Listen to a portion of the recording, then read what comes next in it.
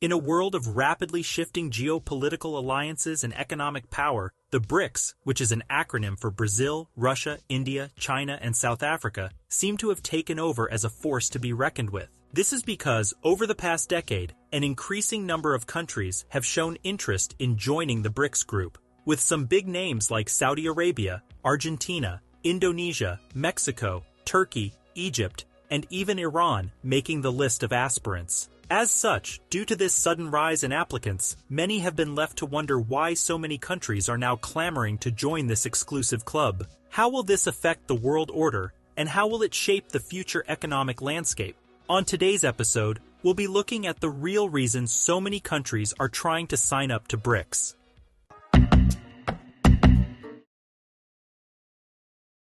BRICS, the acronym, was coined in 2001 by former Goldman Sachs economist Jim O'Neill.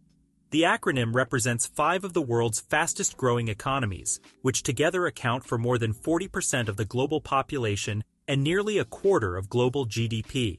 Although they were formed on July 16, 2009, the BRICS have grown and expanded from their initial goal of furthering economic cooperation and collaboration to include initiatives in areas such as education, science, technology, and cultural exchange, and have become an influential player in today's international politics and economics. In the time since its inception, the BRICS have managed to achieve several notable accomplishments, like the establishment of the New Development Bank, NDB, also known as the BRICS Bank. See, the NDB is such a huge deal, as the bank was created to provide funding for infrastructure and sustainable development projects in BRICS countries and other developing nations. And since its establishment in 2014, the NDB has approved over $20 billion in loans for various projects, including renewable energy, transportation, and urban development. Besides this incredible feat, the BRICS are also responsible for the establishment of the Contingent Reserve Arrangement, CRA, which is essentially a pool of currency reserves created to provide financial support to member countries in times of financial crises. Since its inception, the CRA has amassed a total committed fund of $100 billion, which can be accessed by any member country in need of assistance. This CRA is actually one of the major reasons why many countries are trying their best to be accepted into the prestigious BRICS alliance. This is because the CRA is a fundamental and crucial strategy that means any member country of the BRICS is essentially insured in times of crisis, disaster, and even famine. Besides the CRA and the NDB, the BRICS countries have also worked together to increase their collective influence in global governance. For example, China and Russia were able to get the Chinese yuan and the Russian ruble added to the special drawing rights currency basket of the International Monetary Fund in 2016. This spectacular move essentially gave these currencies a higher status in international trade and finance, and as such, caused a great deal of development for their countries. And perhaps the greatest feat of the BRICS today are the steps the countries have taken to strengthen cooperation in various fields, such as education, science, technology, and culture. So much so that they have established various programs and initiatives aimed at promoting collaboration and the sharing of knowledge and expertise. As such, it's not hard to see why many countries are lining up and trying as best as possible to join the alliance. But then, what exactly do the countries themselves stand to gain from joining the alliance besides the collective benefits? Well, as you can see, there are several reasons why countries want to join the BRICS, with one of the major reasons being the massive economic benefits they stand to gain. This is because being a part of BRICS can provide countries with access to a large and growing market as well as opportunities for trade and investment. For example, China, as the world's second-largest economy and a member of BRICS, has a population of over 1.4 billion people, making it a massive market for goods and services. Similarly, India, the world's 7th-largest economy, has a population of over 1.3 billion people, offering a significant market for trade and investment. With opportunities like this, it's almost guaranteed for members of the alliance to grow rapidly, and as such, this premise of assured growth has lured many countries to try and join the BRICS.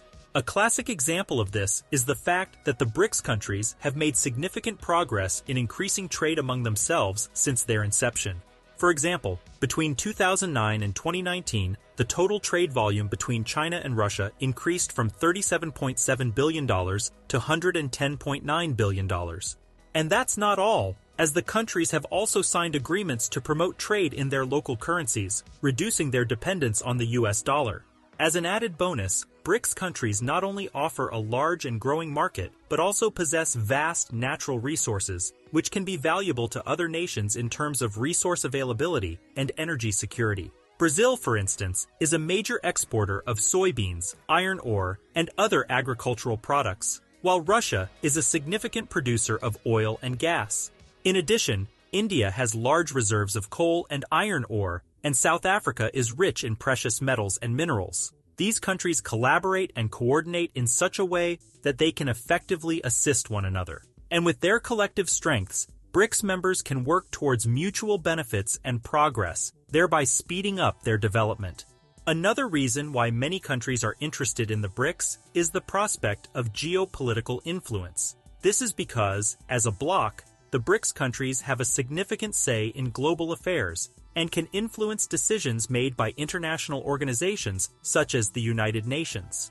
For instance, as a member of BRICS, China has been able to increase its influence in Asia and beyond with the establishment of the Asian Infrastructure Investment Bank and the Belt and Road Initiative.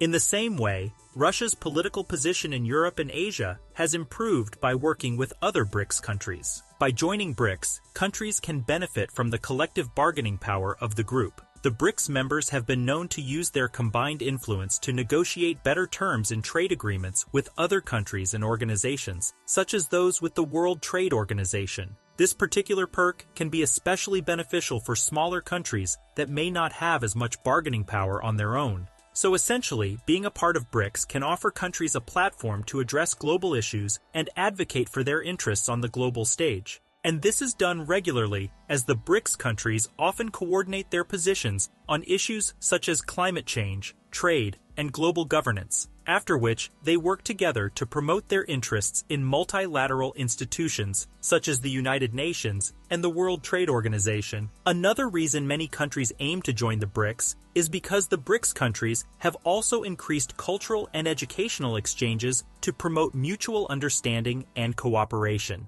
For instance, the BRICS Network University was established in 2015 to promote cooperation among universities in the member countries. And that's not all, as there are also initiatives to promote tourism, sports, and other cultural activities among the member countries. As such, many countries aim to join the BRICS as a way to promote their culture and improve the educational standard of their countries, which is widely believed to be a sign of development in any country.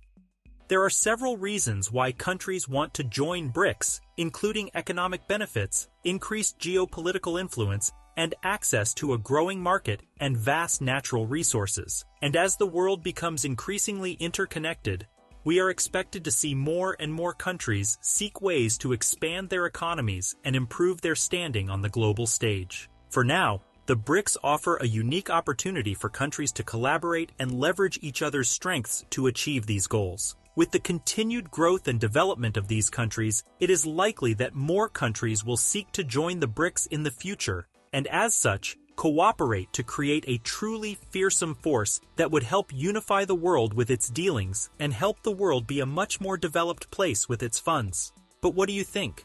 Are the BRICS truly a force to be reckoned with, or are they just a passing gag that is destined to crash and burn?